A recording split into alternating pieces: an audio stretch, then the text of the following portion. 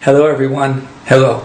This year is dedicated to Lili Nishmas, Rachalea, Bas, Reb Chaim Tzvi. We're entering the time period now of the 3 weeks called Yemei Mitzarim, Ben HaMitzarim, between Shiva Asar Tammuz and Tisha B'Av. So I want to discuss some aspects of our Aveilus, our mourning over Yerushalayim and the Churban Beis HaMikdash.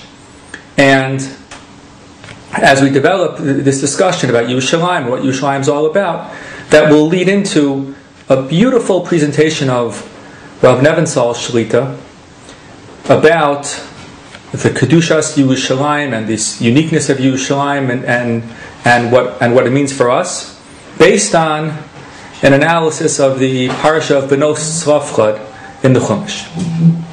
Okay, so let's start with our discussion of Aveilus over Yerushalayim.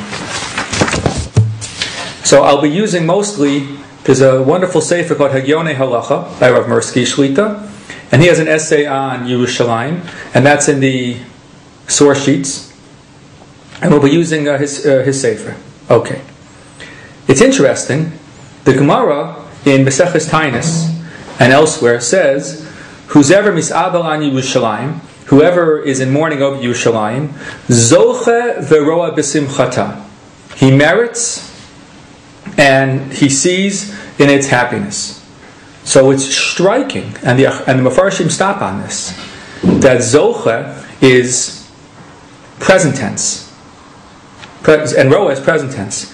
It doesn't say Yiske ve'yire b'simchata. It doesn't say whoever is mourning will merit and will see binyan habayis. It says zoche ve'roe b'simchata. It's there in the fourth line, in the first of the source sheets of the sources. So the various achronim asked about this. It said, instead of saying zoche ve'roe b'simchata b'lashon hove, hayatzarich lomar yizke ve'yira b'simchata b'lashon asid. It's very interesting. Why is it present tense? Okay. There's another idea, which is that we find that Tisha B'Av is referred to as a moed. We find this in Eicha. It's referred to as a moed. Now, the word moed, normally, the Yom Tovs are called moed. It's interesting that the term moed is used for Tisha B'Av as well. What's the idea? Oh, here he quotes here the language. He says, we find in the posting that Tisha B'Av, the day that we're Misabel on Yerushalayim, is also called moed. Oh, based on the psukim. So how is it a moed? Tisha B'Av, the saddest day of the year. So this is also a question. What's the shot of moed regarding Tisha B'Av? Well, so he says as follows. He quotes here from the Achronim the following idea. We find by Yaakov Avinu, when Yaakov was informed of that Yosef was Tarof Taraf, he was attacked by the animals. So Yaakov, in a sense, so it's interesting that Yaakov was in Aveilus, but he was never fully comforted. He was never fully comforted. Why? Why wasn't he fully comforted? So the Mefarshim quote a Medrash. It's here in the sources. The Mefarshim quote a Medrash. It's here at the bottom of the first column of the first source. Heishav Rav Yosef Yamar misnachamim al hamesim. A person is comforted when he's in Aveilus over a relative who actually is dead. But if he's actually alive, he will never be fully comforted. That's what the Medrash says, and that's why the Medrash says Yaakov was never fully comforted.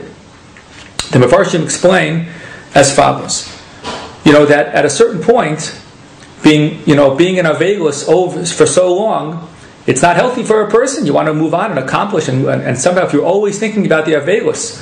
So Hashem gives us in a sense a bracha, that Hashem puts shichcha, He puts forgetfulness into the world, that a person might forget. And therefore, it's forgotten enough, the Aveilus is forgotten enough, that a person is able to move forward and to function and to keep on producing in his Avodas Hashem. But if the person who you think is dead is really alive, then there's really no purpose to forget. Adarabba,